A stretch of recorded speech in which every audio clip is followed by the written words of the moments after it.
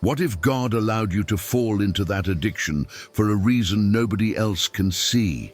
That the substance entered your life not to destroy you, but to awaken you. Carl Jung discovered something the churches hide. There is a type of soul that God deliberately delivers to the abyss. While everyone prays for your liberation, you carry a hidden mission inside your suffering. That drug, that cigarette, that drink, they can be the divine tool to break who you thought you were. Sounds crazy? Jung saw this repeatedly. Chosen souls who needed to dive into chemical hell to find something that normal life would never reveal. This is not about glorifying addiction. It is about understanding that some destinies require a forced descent into darkness. If you have ever felt that your addiction had a greater purpose that nobody understands, if you have noticed that it showed you truths that normal people will never see, you need to hear this. When God chooses a soul for a greater purpose, sometimes the path begins in the most unexpected place. It starts with that first inhale, that first sip, that first moment when reality shifts and something inside you whispers that you have found a door to another dimension. Most people think this is the beginning of destruction, but Jung understood it differently. He saw that certain individuals needed to experience altered consciousness not as an escape, but as an initiation into deeper layers of existence that the ordinary mind cannot access. The substance becomes a teacher in disguise. It strips away the social masks you wear every single day. When you're under its influence, the false personality you built to survive in this world starts to crack. You see yourself without filters, without the lies you tell yourself to sleep at night. This terrifies most people, which is why they never go deeper. But chosen souls do not have the luxury of comfort. They are pushed into these states because something greater needs to emerge from within them. Think about the shamans of ancient cultures. They used plants and natural compounds to journey into spiritual realms. They were not weak people seeking escape. They were warriors of consciousness, deliberately entering altered states to bring back wisdom for their communities. Jung studied these practices extensively and recognized that modern society had lost this sacred relationship with consciousness expansion. We medicalized it, criminalized it, turned it into a moral failing instead of recognizing its potential as a spiritual tool. But here is the dangerous truth that nobody wants to admit. Not everyone who uses these substances is on a shamanic journey. The difference lies in what happens after the door opens. Do you run away from what you see, using the substance to numb and forget? Or do you face the monsters in your own psyche, using the experience to understand yourself at depths you never imagined possible? God allows the first type of person to suffer until they learn. But the second type, the chosen ones, he permits to continue because they are doing the real work of transformation. Your body becomes a laboratory where matter and spirit collide. Every time you introduce a foreign substance into your system, you are playing with alchemy that Jung spent his entire life studying. The ancient alchemists were not just trying to turn lead into gold. They were describing the process of turning the base material of human consciousness into something divine. When you inhale that smoke or swallow that pill, you are literally changing your brain chemistry, opening neural pathways that remain closed in normal waking life. This is why the experience feels so significant. Your soul recognizes that something important is happening, even when your rational mind screams that you are destroying yourself. There is a knowing deeper than logic, an instinct that tells you this suffering has meaning. Jung called this the wisdom of the unconscious, and he trusted it more than any conscious decision-making process. The unconscious knows what you need to become whole, and sometimes what you need is to be broken first. The guilt and shame that society loads onto this experience actually serves a purpose too. When everyone around you condemns your choices, when you lose relationships and opportunities, when you hit what people call rock bottom, you are being stripped of everything that is not essentially you. God uses the judgment of others as a refining fire. Every person who turns away from you is removing an attachment that was keeping you bound to a smaller version of yourself. Every consequence you face is teaching you that this world and its rewards are not your true home. But the real test comes in the silence after the high fades. In those dark morning hours when the substance leaves your system and you are left alone with the raw truth of your existence, that is when the actual transformation begins. Most people cannot handle this moment.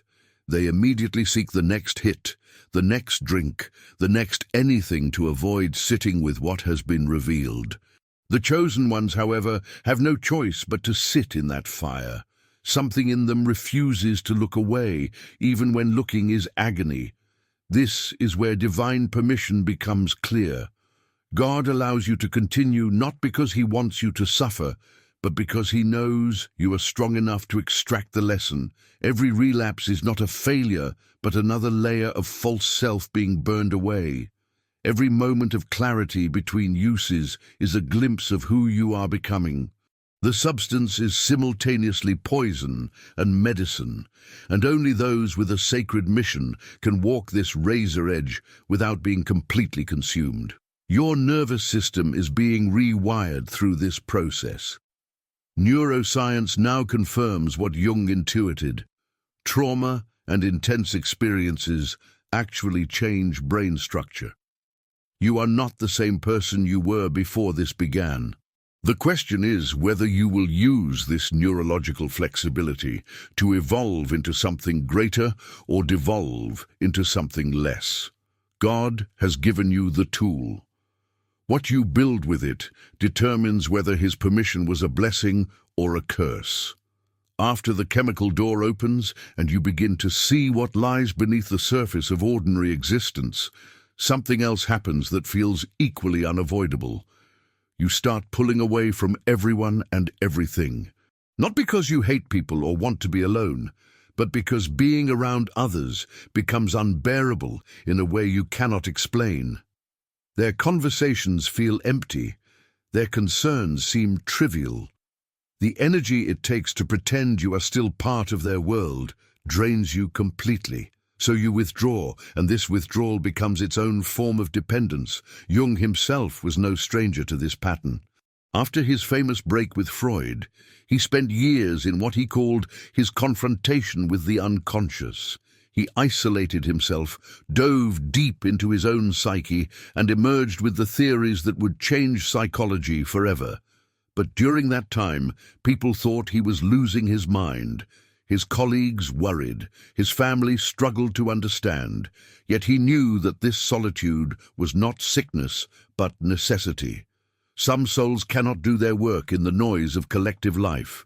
When you combine the altered consciousness from substances with the pull toward isolation, you create a perfect storm for either enlightenment or madness. The line between the two is thinner than most people realize. In solitude, without the mirrors that other people provide, you can lose your grip on consensus reality. You can spiral into paranoia, delusion, or depression so deep it feels like drowning. But you can also access parts of yourself that only speak in silence, wisdom that gets drowned out by the constant chatter of social existence. This is why God allows this specific form of dependency in chosen souls. The modern world is designed to keep you distracted, constantly connected, always consuming information and entertainment. Genuine solitude has become almost impossible. We carry devices that ping us every few minutes with demands for our attention. We live in cities where silence is rare and true darkness never falls. Our nervous systems are overstimulated to the point of constant stress. The only people who break free from this are either those who consciously choose retreat or those who are forced into it by circumstances they cannot control. Your isolation serves as a protection during the most vulnerable phases of transformation. When you are breaking down old patterns and beliefs, when your personality is literally decomposing so something new can emerge, you cannot afford to have people pulling you back into who you used to be. Every well-meaning friend who tells you to just snap out of it every family member who wants you to return to normal, every therapist who tries to medicate away your experience. They are all threats to the process that must complete itself. In the silence and emptiness of isolation, you meet aspects of yourself that most people never encounter. Jung called this the shadow, all the parts of your personality that you rejected or repressed because they did not fit the image you needed to project. When you are alone long enough, when there is nobody to perform for, the shadow emerges. It shows you your rage, your selfishness, your cruelty, your weakness. This meeting is brutal and necessary. You cannot become whole without integrating what you have denied, but isolation also reveals something beyond the personal shadow. In the deepest solitude, you touch what Jung called the collective unconscious, the shared psychological inheritance of all humanity. You start having dreams and visions that feel ancient, symbols and stories that you never learned but somehow recognize. This is when isolation transforms from punishment into gift. You realize you are not alone at all. You are connected to every human who has ever lived through this vast inner landscape that we all share. The addiction to being alone grows because this inner world becomes more real and more interesting than anything happening outside. People seem like ghosts, shadows on a wall, compared to the vivid aliveness you find in your own depths. You can spend hours just sitting, thinking, feeling, exploring the interior landscape. Time moves differently. Days blur together. You lose track of normal schedules and routines. To an outside observer, you look depressed or lost. But inside, you are more awake than you have ever been. Yet there is a danger here that must be acknowledged. Isolation can become a hiding place, a way to avoid the final stage of the journey which requires you to bring what you have learned back to the world. Some souls get stuck in the hermit phase. They discover the riches of the inner world and never want to leave. They become addicted to their own company, their own thoughts, their own carefully constructed reality. This is where divine permission can turn into divine abandonment if you are not careful. The truth is that both the substance and the solitude are meant to be temporary intensifications, not permanent states. They are tools for a specific phase of development. God allows them because He knows you need these extreme experiences to crack open your consciousness. But there comes a moment when the door that opened must be walked through fully, when the solitude must end and you must return transformed. The real question is whether you will recognize that moment when it arrives, or whether you will cling to these dependencies long after they have served their purpose. By the way, if you're curious to go even deeper and integrate your shadows and light, check out the S.I.M method ebook. It's a concise guide that can help you unlock your inner power in just 5 minutes a day. The link is in the first pinned comment below. Something shifts after you have spent enough time in altered states and solitude. You start noticing a pattern that disturbs you but also feels strangely familiar. You keep making choices that hurt you, not accidentally, but almost deliberately. You sabotage opportunities. You push away people who care. You place yourself in situations where pain is inevitable. And the most confusing part is that some deep part of you seems to want this. It craves the destruction like a hunger that cannot be satisfied. Jung recognized this as one of the most misunderstood aspects of human psychology. Society tells us that everyone seeks pleasure and avoids pain. But this is a comfortable lie. The truth is far more complex. Certain individuals are drawn to suffering with an intensity that makes no logical sense. They pick at wounds instead of letting them heal. They return to toxic relationships. They engage in behaviors that guarantee negative consequences. And when you ask them why, they cannot give you a clear answer because the drive comes from somewhere deeper than conscious choice. This is not simple masochism or mental illness, though it often gets labeled that way. What Jung understood is that some souls carry an instinct for necessary destruction. Before anything new can be built, the old must be completely demolished. Most people try to renovate their lives, keeping the foundation and just changing the decoration. But chosen souls know at a cellular level that the entire structure must come down. They cannot rebuild on a rotten foundation, so they become the wrecking ball of their own existence. Physical pain serves as an anchor when everything else feels unreal.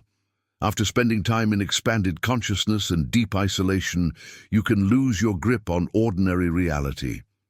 Everything starts to feel like a dream or a simulation.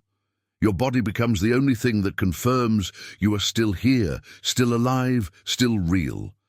So you seek experiences that make you feel intensely. A burn, a bruise, a hangover, these sensations cut through the fog and remind you that you exist in a material form. But there is something even deeper happening. The pain you inflict on yourself or allow others to inflict carries a strange kind of purification. Every time you suffer, you feel like you are paying a debt, atoning for something you cannot name. Jung called this the collective guilt, a sense that humans carry of being fundamentally flawed or fallen. You are not just punishing yourself for your own mistakes. You are taking on the suffering of your ancestors, your family line, maybe even humanity itself. This sounds grandiose, but it is how the psyche actually works at its deepest levels. God allows this self-destructive pattern because it serves the same function as the refining fire mentioned in ancient texts. Gold must be heated to extreme temperatures to separate it from impurities. The dross rises to the surface and gets skimmed away, leaving only the pure metal. Your self-destructive behaviors are doing the same thing to your character. Every time you hit bottom, something false burns away. Every consequence you face strips away another layer of ego and pretense. You are being reduced to your essence through suffering. Other people watch this process and try to save you from yourself. They stage interventions, offer help, beg you to stop hurting yourself. But something in you knows they do not understand. They see destruction where you feel transformation. They see waste where you sense necessity. This creates an unbearable loneliness because the very people who love you become obstacles to your evolution. You have to choose between their comfort and your calling, and if you are truly chosen, there is no real choice at all. The addiction to pain also teaches you something that happiness never could. It shows you your true capacity for endurance.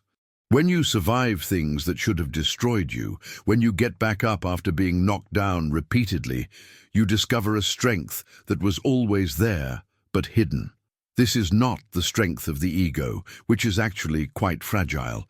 This is the strength of the self, the indestructible core of your being that Jung said could withstand anything. There is also a strange intimacy with death that develops through self-destructive patterns. Every overdose survived, every dangerous situation navigated, every moment where you teetered on the edge. These experiences remove your fear of mortality. You start to see death not as an enemy, but as a constant companion, maybe even a friend.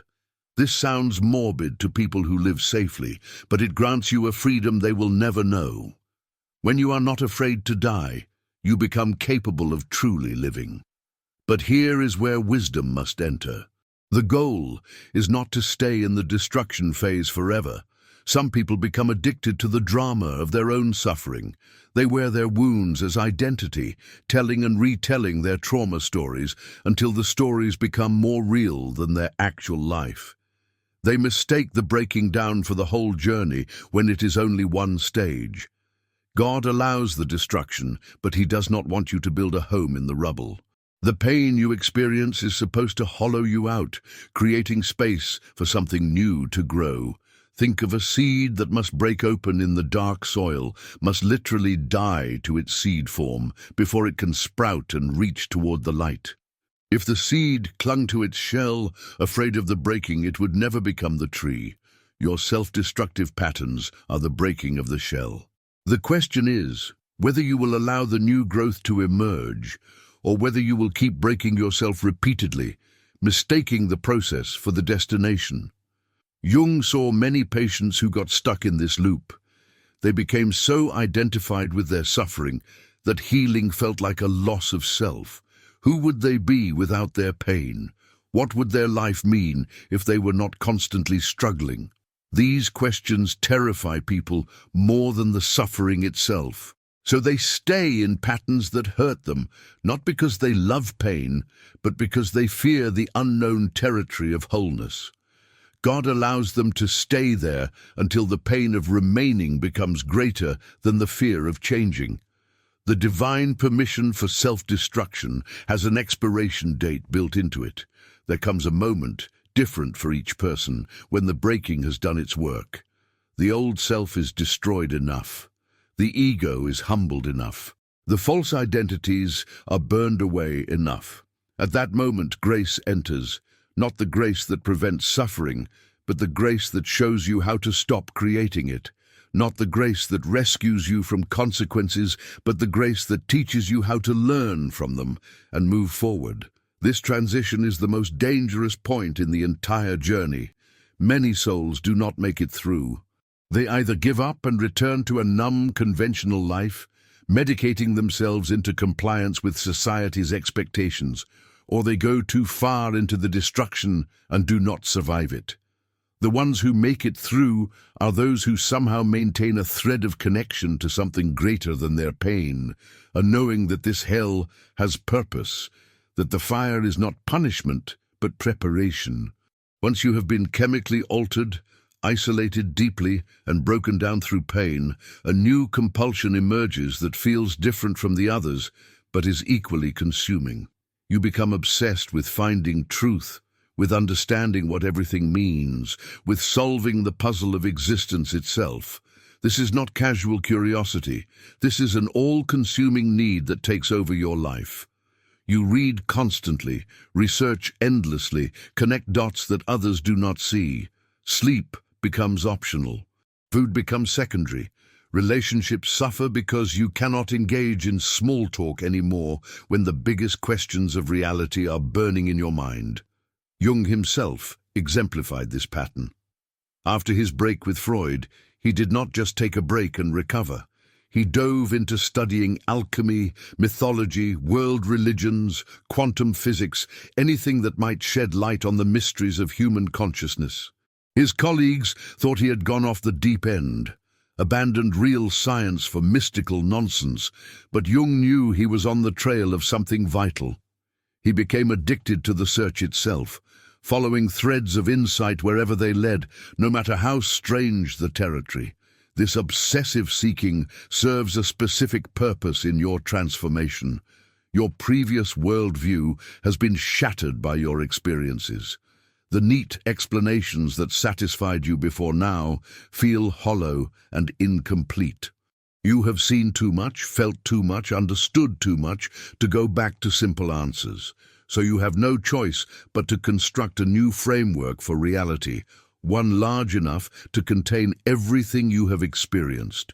This requires consuming vast amounts of information and synthesizing it in new ways. But there is a trap here that many fall into. The search for truth can become a way of avoiding the truth you have already found. You keep reading one more book, watching one more video, exploring one more theory, because actually integrating what you already know would require you to change your life completely. The seeking becomes a sophisticated form of procrastination, a way to stay in the learning phase and avoid the living phase. You become an expert on transformation without actually transforming. God allows this addiction because genuine seeking does lead somewhere if you follow it honestly. Every spiritual tradition speaks of seekers who wandered for years, studying with different teachers, practicing different methods, trying to unlock the secret. And there is value in that wandering. Each teaching you encounter plants a seed. Each practice you attempt shows you something about yourself. Each teacher you meet reflects back an aspect of your own consciousness. The seeking itself is a form of spiritual practice. What makes this addiction different from ordinary intellectual curiosity is the intensity and the stakes. You are not just interested in ideas. You feel like your survival depends on finding answers. There is a sense that if you can just understand enough, read enough, figure out enough, you will finally be able to make sense of the chaos your life has become. The truth will set you free, as the saying goes, and you believe that with desperate faith. You start seeing patterns everywhere. Numbers repeat in significant ways. Synchronicities multiply.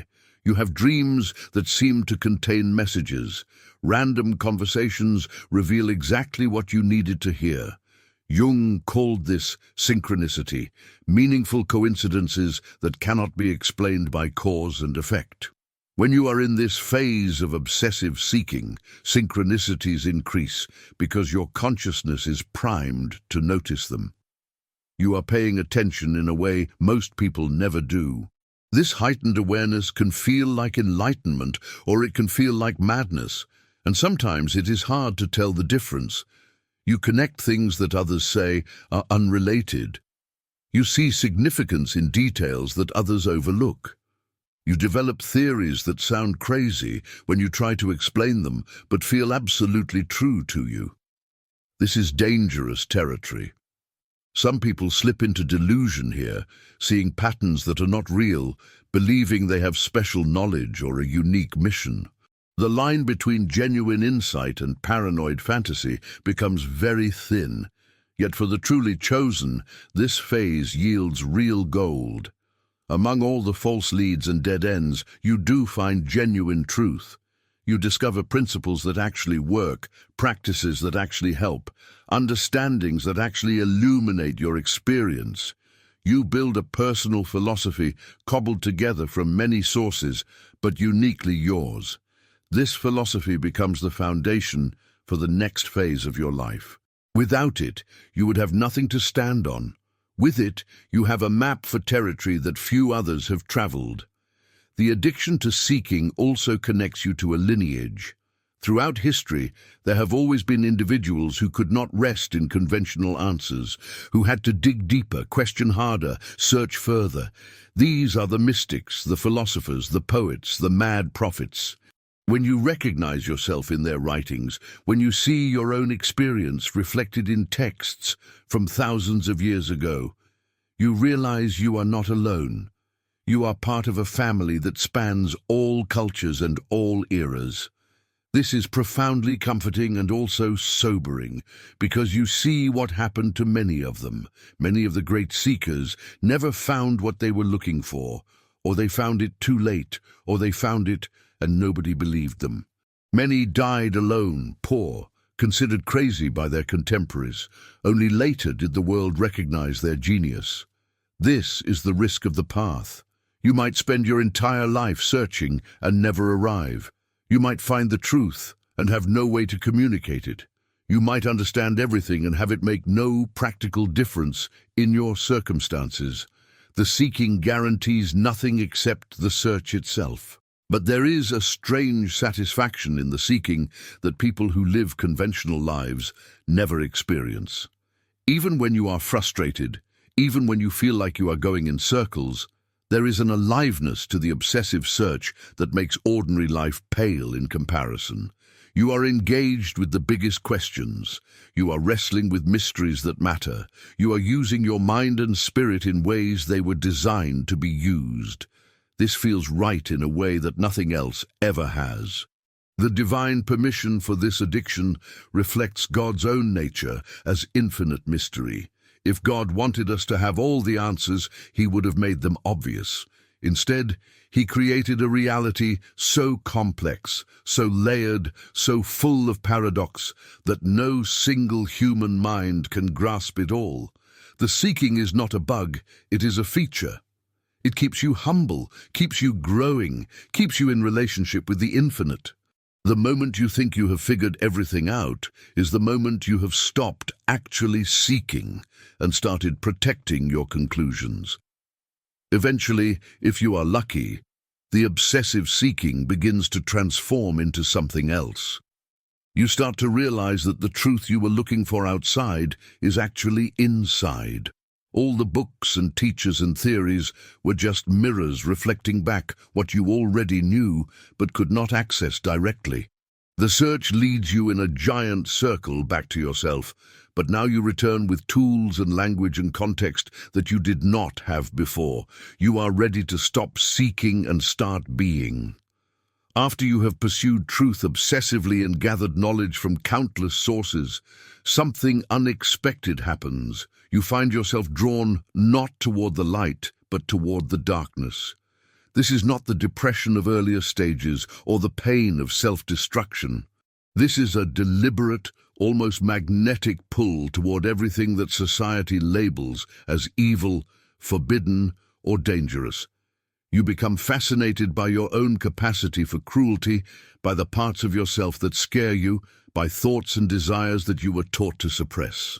Jung called this the shadow, and he believed that befriending it was essential to becoming whole. Most people spend their entire lives running from their shadow.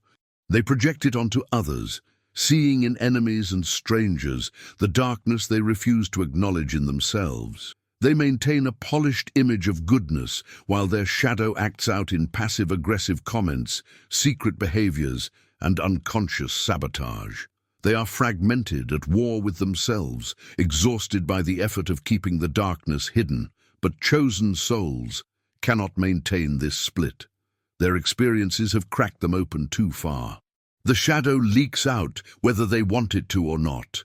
The addiction to darkness begins when you realize that your shadow contains power that your conscious personality lacks. The rage you have suppressed holds the energy you need for boundaries. The selfishness you have denied contains the self-love necessary for survival. The cruelty you fear in yourself is the discernment to cut away what does not serve you. These shadow qualities are not inherently evil. They are natural human capacities that became twisted and dangerous only because they were exiled from consciousness. You start exploring the darkness deliberately. You allow yourself to feel the full extent of your anger instead of dampening it with spiritual bypassing. You acknowledge desires that you were taught were shameful. You stop pretending to be more evolved or enlightened than you are. This honesty is terrifying because it strips away the last remnants of your good person identity. You have to face the fact that you are capable of terrible things, that under the right circumstances, you could be the villain in someone else's story. Jung discovered in his own work that the shadow contains not just personal darkness, but collective darkness as well. When you go deep enough into your own psyche, you encounter archetypal evil, the capacity for destruction and cruelty that is woven into the human species. You meet the inner predator, the tyrant, the destroyer. These are not metaphors. They are real psychological forces that live in every human being. The difference between saints and monsters is not that saints lack these forces, but that they have integrated them consciously instead of being possessed by them unconsciously. God allows this addiction to darkness because it completes the alchemical process that began with your first experiences of altered consciousness. You cannot become whole by identifying only with your light, your goodness, your spiritual aspirations. Wholeness requires integrating everything, including the parts of yourself that horrify you. This is why Jesus spent time with prostitutes and tax collectors, why Buddha had to face Mara, why every spiritual hero must descend into hell before they can truly ascend. The danger of this phase is obvious. Some people get lost in their shadow and never come back. They give themselves permission to act out every dark impulse, justifying cruelty as authenticity, confusing integration with indulgence. They become the monsters they were exploring. They hurt people, break laws, destroy relationships, all while claiming they are just being honest or real. This is not shadow integration. This is shadow possession. The shadow has taken over completely, and the conscious self has abdicated responsibility. True shadow work is different. It means acknowledging the darkness without acting it out unconsciously. It means feeling your capacity for violence without becoming violent. It means knowing you could lie, cheat, steal, betray, and choosing not to, not from repression, but from conscious choice. When you have integrated your shadow, you have access to its power without being controlled by it. You become dangerous in the best sense, capable of protecting yourself and others, able to say no with force when necessary, willing to destroy what needs destroying. This is what Jung meant when he said that a person who has not integrated their shadow is dangerous. They are a ticking time bomb, carrying repressed rage and denied darkness that will eventually explode, usually at the worst possible moment and directed at the wrong target. But a person who knows their shadow, who has made peace with the monster within, that person can be trusted. They will not suddenly snap because they are not under internal pressure. They have nothing to hide, nothing to prove, nothing to protect. The addiction to darkness also manifests in aesthetic and philosophical choices. You find yourself drawn to tragic art, dark music, literature that explores the depths of human depravity. Not because you are morbid, but because these expressions speak to parts of you that the mainstream culture denies. You see beauty in decay, wisdom in despair, truth in what others call pessimism. Your taste changes completely. What once entertained you now feels shallow. What once inspired you now feels naive. Only the dark and complex can hold your attention. This alienates you further from conventional society. People do not understand why you read books about serial killers or watch films about human cruelty. They worry about you, think you are dwelling on negativity, suggest you need to focus on more positive things. But you know that turning away from darkness is turning away from half of reality. The light is easy to look at.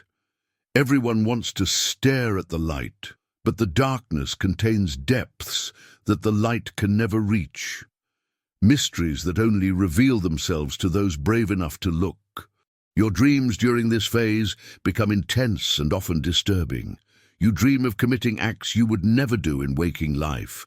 You dream of being chased by monsters who turn out to be aspects of yourself.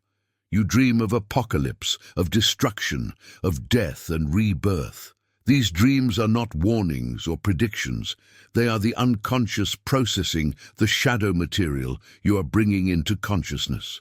Your psyche is reorganizing itself at a fundamental level, and dreams are how it communicates this process to you. Eventually, something remarkable happens. After you have spent enough time in the darkness, after you have faced your shadow honestly and integrated its power, you discover that darkness and light are not actually opposites. They are complementary aspects of the same reality. This understanding does not come from reading about it or thinking about it. It comes from living it, from standing in the darkness so long that your eyes adjust and you begin to see. God allows the addiction to darkness because on the other side of it lies a wisdom that cannot be gained any other way. You emerge from this phase transformed into someone who can hold paradox, who can see the sacred in the profane, who can love humanity not despite its darkness, but including it. You become someone who is no longer afraid, not because you believe nothing bad will happen, but because you have touched the worst in yourself and survived. You have met the devil and discovered he was just another part of God's creation. The final integration happens when you realize you do not have to choose between light and dark. You contain both. You are both. The substances that altered your consciousness, the solitude that deepened your inner life, the pain that broke you open, the obsessive seeking that educated you, and the darkness that completed you, all of these were necessary stages in becoming whole. God allowed each addiction because each served the purpose of destroying who you thought you were so you could discover who you actually are. You were never meant to be purely good or purely spiritual or purely anything. You were meant to be fully human, which includes everything.